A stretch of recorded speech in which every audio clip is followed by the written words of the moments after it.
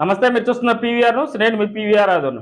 వరకపొడిశాల ద్వారా ప్రతి ఎకరాకు సాగునీరు పారించి ఓట్లు అడుగుతానని, లేకపోతే రాజకీయ సన్యాసం చేస్తానని పిన్నెల్లి మాట నిలబెట్టుకుంటారా అని టీడీపీ మాచల్ నియోజకవర్గ ఇన్ఛార్జి జోలకడ బ్రహ్మారెడ్డి ప్రశ్నించారు.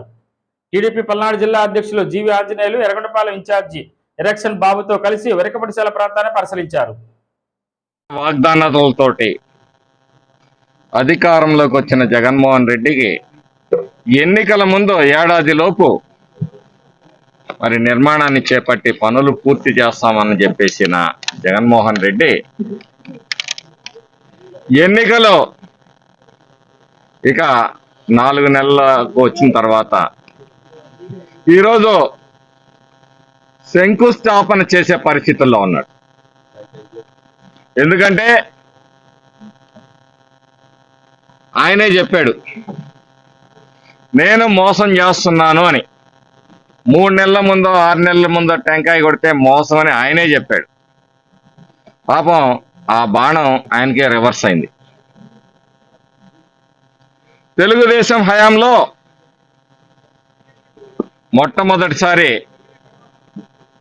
వరికపూడిశల ప్రాజెక్టు కోసం ప్రయత్నం చేసినప్పుడు సెంట్రల్ వాటర్ కమిషన్ పర్మిషన్ కావాలనే ఒక నిబంధన ప్రకారం ఆ రోజు సాధ్యం కాకపోవటం మూలంగా మా అమ్మగారైన దుర్గాంబ గారు ఆ రోజు అనేక సార్లు ఢిల్లీకి వెళ్ళి ఢిల్లీలో ఫారెస్ట్ మినిస్టర్ని కలిసి జరివాగు లిఫ్ట్ ఇరిగేషన్ పథకాన్ని ఆ రోజు తీసుకురావటం, సుమారుగా 5,500 ఎకరాలు ఈ ప్రాంతంలో సాగుబడికి ఉపయోగపడుతుందని చెప్పేసి ఆ రోజు తీసుకురావటం జరిగింది. వాస్తవంగా చెప్పాలంటే ఆ రోజు అటవీ శాఖ అనుమతులు చాలా కఠినంగా ఉండేవి. స్వయంగా ఆనాటి ప్రధాని స్వర్గీయ వాజ్పేయి గారు జోక్యం చేసుకొని టిఆర్ బాలు గారు సెంట్రల్ ఫారెస్ట్ మినిస్టర్ గారికి సిఫార్సు చేసి అనుమతులు ఇప్పించారు. మరి ఆ రోజుల్లో సుమారుగా 8.5 కోట్ల రూపాయలతోటి ఆ లిఫ్ట్ ఇరిగేషన్ పథకాన్ని ఎంతో కొంత ఊరట ఈ పల్నాడు ప్రాంతంలో కొంతమందికైనా మేలు జరగాలని చెప్పేసి ఆ రోజు ఆ ప్రాజెక్టును తీసుకురావడం జరిగింది. ఆ తర్వాత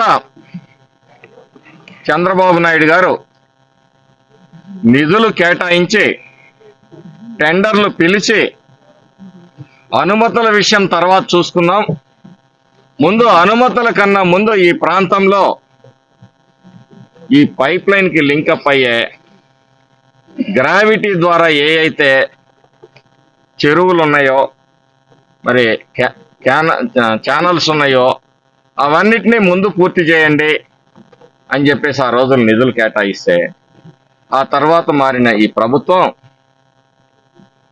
మరి ఆ నిధుల్ని ఖర్చు చేయకుండా అనుమతుల పేరుతోటి ఆలస్యం చేస్తూ ఈ రోజుకి కూడా మరి శంకుస్థాపన అయితే చేశారు జగన్మోహన్ రెడ్డి, ₹1 నిధులు కూడా కేటాయించాల. జరగబోయేది ఏంటంటే ఎన్నికల ముందు బడ్జెట్లో కేటాయించేసి ఆయన దిగిపోతానంటాడు.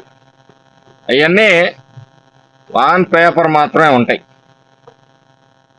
ఈ రకమైన మోసానికి తెరదీసి ప్రజల్ని మభ్యపెట్టడానికి ప్రయత్నం చేస్తాను. స్థానిక శాసనసభ్యుడు రామకృష్ణారెడ్డి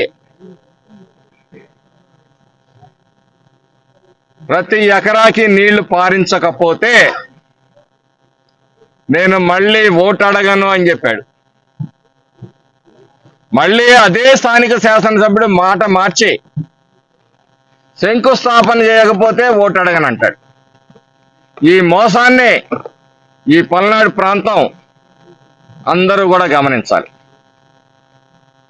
ఈరోజు కూడా ఫేజ్ 1 అని చెప్పేసి 340 కోట్ల రూపాయలు మరి ఆ ప్రాజెక్టుని చేపడుతూ కనీసం ఈ రోజుకి కూడా ఈ ప్రాజెక్టు సర్వే చేసిన వాళ్ళకి కూడా డబ్బులు లేని దుస్థితి. అంటే డీటెయిల్ ప్రాజెక్ట్ రిపోర్ట్ ఎవరైతే సబ్మిట్ చేశారో ఆ సంస్థలు చేసిన దానికి కూడా కేవలం అది ఎంతో పెద్ద మొత్తం కూడా కాదు, 25 లక్షలు 30 లక్షలు ఉంది.